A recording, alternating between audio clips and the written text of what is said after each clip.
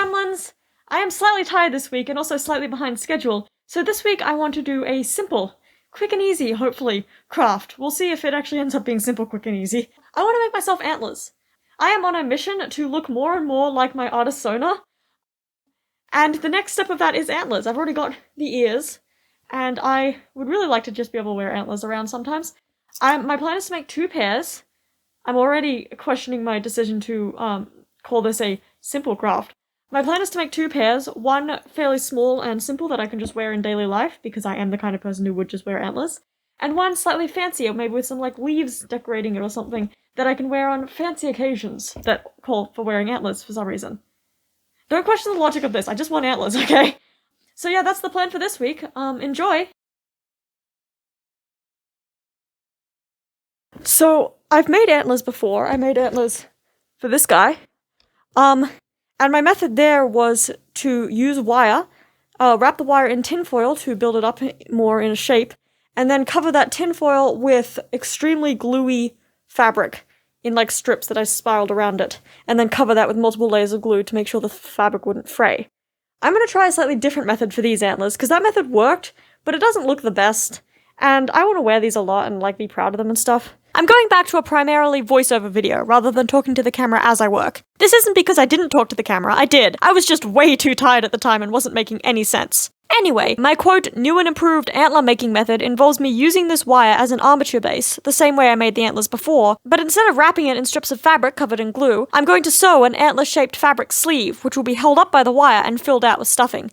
I decided to test this method on antler pair number 1, and then make a second pair once I knew the method would work. I am attaching these antlers to a pair of dollar store headbands so that they are comfortable and easy to wear. Before bending the wire into shape, I had to make sure of its length. I want the antlers to be practical, so not too long, but still look good and be noticeable, and I had to grab a makeup mirror so I could try the headband on as I worked. As a temporary measure to keep the wire from moving around while I worked, I taped the bases to the headband. The wires are bent in half to loop around the headband, then twist together before branching into 2 prongs. I rounded out the ends of the prongs by looping the wires back in on themselves to keep from poking myself as I work. With the basic shape of the antler sorted, I traced my wires onto some scraps of brown fabric, doubled over so that I could sew around my lines, and then flip the antler sleeve to hide the seams. It took a few tries to get the sketches lined up. I sewed the first antler sleeve while rewatching one of my current comfort shows, and I'm speeding through most of that process. I then cut around the antler, leaving about ½ a centimeter of seam allowance before realizing that this is going to be very hard to turn inside out. Thin tubes are hard enough, and this doesn't have a hole on both ends. I think my method of fixing this problem was pretty genius. I took a long-ish length of thread, carefully got a sewing needle through the inside of the antler sleeve to the top without catching the fabric, and then sewed 1 stitch from the inside out, putting the needle back into the sleeve and moving it back out the hole.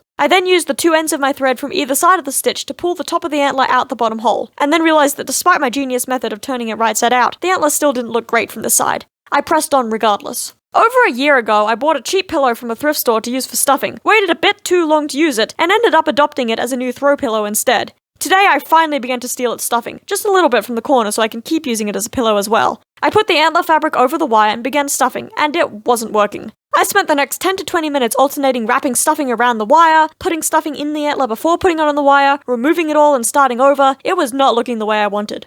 Finally, tired and angry, I rage quit, throwing the damn antler across the room.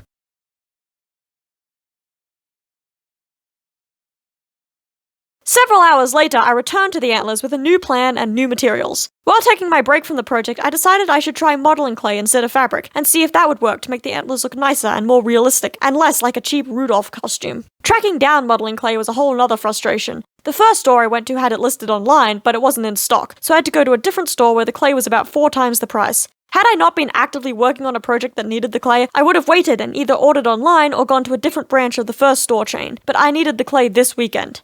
Anyway, I'm wrapping the wire armatures in tinfoil to bulk them out a bit and save me some clay. Then I'll roll the clay out into a thin sheet and cover the antlers in it. Except the clay is new and quite hard, and first I had to spend ages slowly warming it up in my hands so it could be molded without crumbling. I turned my camera off to soften the clay, then turned it back on to actually shape it and turn it into my antlers. Anytime I'd run out, I'd soften more clay, and there's probably a few times where I forgot to turn the camera back on in between. Now, why do I want antlers? The simple answer is because my artist Sona has them and they look cool, but there is a bit more to it. This also isn't the first pair of antlers I've made for myself, although my previous attempt I made should never see the light of day. I want antlers because I find comfort in dressing and looking like a fey creature. It is preferable to being human to me. I've always felt like I wasn't quite a human person. As a little kid, I would say that I was actually a fairy who had been brought to the human world for their safety and was being raised by humans. As an older kid, I would constantly pretend to be characters or fantasy beings. I found out that I'm autistic when I was in my last year of high school, and in my subsequent deep dive into autism to learn everything about myself, I learned that feeling more like a fairy or an alien than a person isn't a unique experience. I also learned about changelings, folktales about fairies stealing babies and replacing them with a changeling who didn't act quite right. Changelings have been read as an explanation for autism, a child who doesn't act like other children and is clearly replaced by a fairy child. Changelings in folklore are not a good thing, but I found comfort in these stories.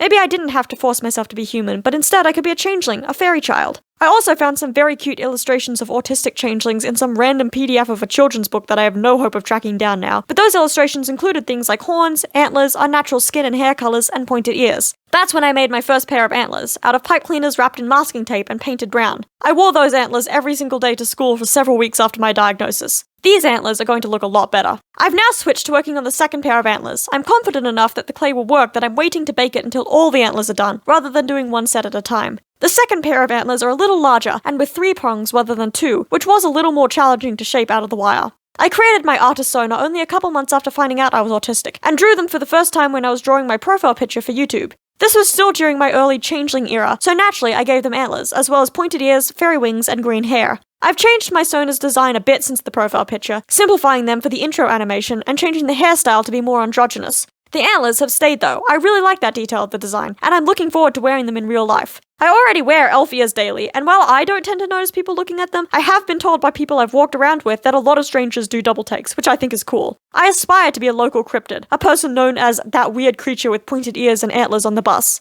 As well as the ears, and soon the antlers, I also often have green hair. It hasn't been green in a few months. I ran out of my last jar of hair dye, and buying more hasn't been a priority on my very small art student budget. However, I see myself more as a green-haired person than my natural brown. The artist sona may look like a fantasy creature, but they are just how I see myself. Once I get used to wearing antlers all the time, what other accessories should I make to make myself look more like a fey creature?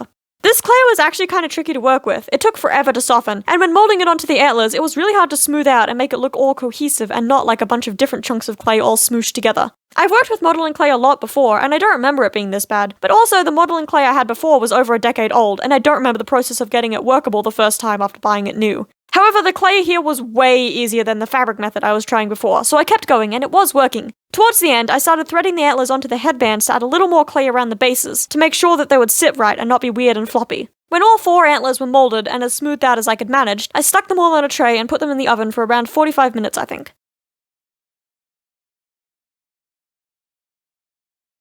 It was a couple of days before I had a chance to do the finishing touches to the antlers, but here we are. The smaller antlers, with just 2 prongs, only need to be secured to the headband. The larger antlers need to be both secured and decorated with some leaves. My method to secure the antlers is to use some hot glue around the underside of the wire to keep them in place, then cover the glue and wire with some black fabric to keep it comfortable. I considered gluing the fabric down too, but decided to sew it instead, to make it more likely to last and also look nicer. The headbands are covered in cloth, so sewing the fabric to the underside was quite easy and relaxing. I'm once again speeding through the sewing process pretty quickly. There isn't much to say about it, and isn't the most interesting thing to watch. I perfected my methods by the second antlers, and the fabric attachment looks a lot neater than the first. I once again sewed around the whole thing, except for the folded over ends of my fabric strip, which I glued down instead since I can't sew through the hard plastic in the middle of the headbands. Then I got to move on to the fun final step, decorating the fancy antlers with leaves.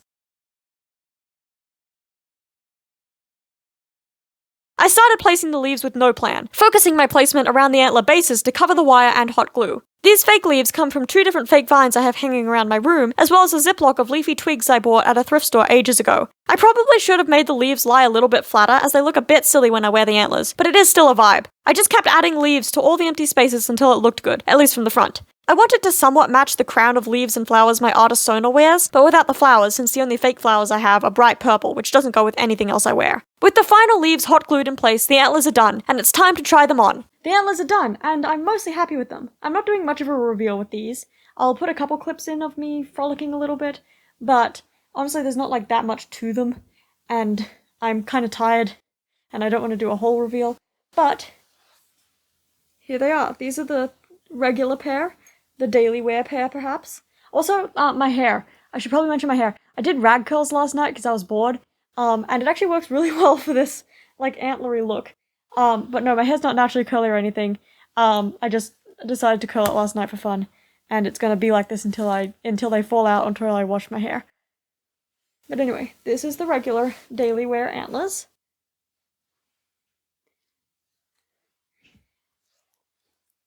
And then these are the special occasion antlers with their little crown of leaves. I feel very cute and very forest creature, fae type thing. The one problem with the hair is that I put my ears on, and you couldn't see it. You could not see them at all with how much volume I accidentally gave my hair. So I'm not wearing them at the moment because there wasn't really much point. But this look would generally also go with my fairy ears, and I am slowly becoming more and more of a fae creature, a changeling, an inhuman being. Anyway, the one thing I didn't consider with the antlers is the way I would normally wear headbands is about here, which means the antlers would be pointing that way rather than up, and I can't really twist them at this point. They're pretty solid. I can't, like, mess with the wire. I did try, so I just need to wear the headbands a lot further back on my head than I normally would. But that is a workable problem for now, and at some point maybe I'll be able to upgrade the situation. Now I know what I'm doing and what methods actually work. I'm gonna put my regular ones back on. So anyway, now that I've unlocked antlers, I will be wearing these all the time. I had fun working on this, fun problem solving. There were definitely some frustrating parts of this particular project, but I'm glad I've done it. And I'll see you again in 2 weeks. Bye!